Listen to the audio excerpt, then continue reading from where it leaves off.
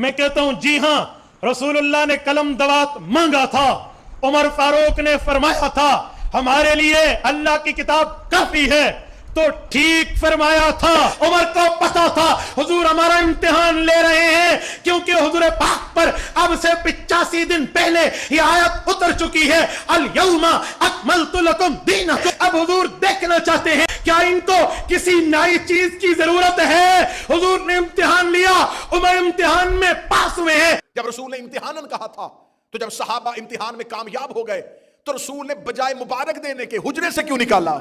रसूल इम्तिहानन कह रहे थे कि देखे मेरी उम्मत मेरे बाद सहाबा क्या करेंगे। रसूल को चाहिए था कि मुझे बिठाओ, मैं तुम्हें सीने से लगाऊं कि मेरे बाद तुम इतने काबिल हो चुके हो कि अब तुम दीन में कोई नई चीज नहीं लिखवाना चाहते। नबी ने कहा निकल जाओ मेरे हुजरे से। रसूल का निकालना इस बात की दलील है इम्तिहान रसूल का नहीं, इम्तिहान सहाबा का। अल्लाह ताला ने कुरान पाक में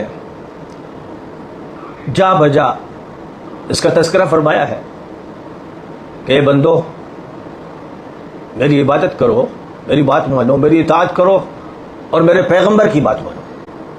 वो शख्स मुसलमान नहीं जो सुन्नत को न माने, हदीस को न माने, जो सिर्फ ये कहते हैं कि कुरान हमारे लिए काफ़ी है, हमें हदीस की ज़रूरत नहीं है, वो दर हकीकत शैतानी ताकतों के भोपू हैं, वो झूठे और बक्कार हैं।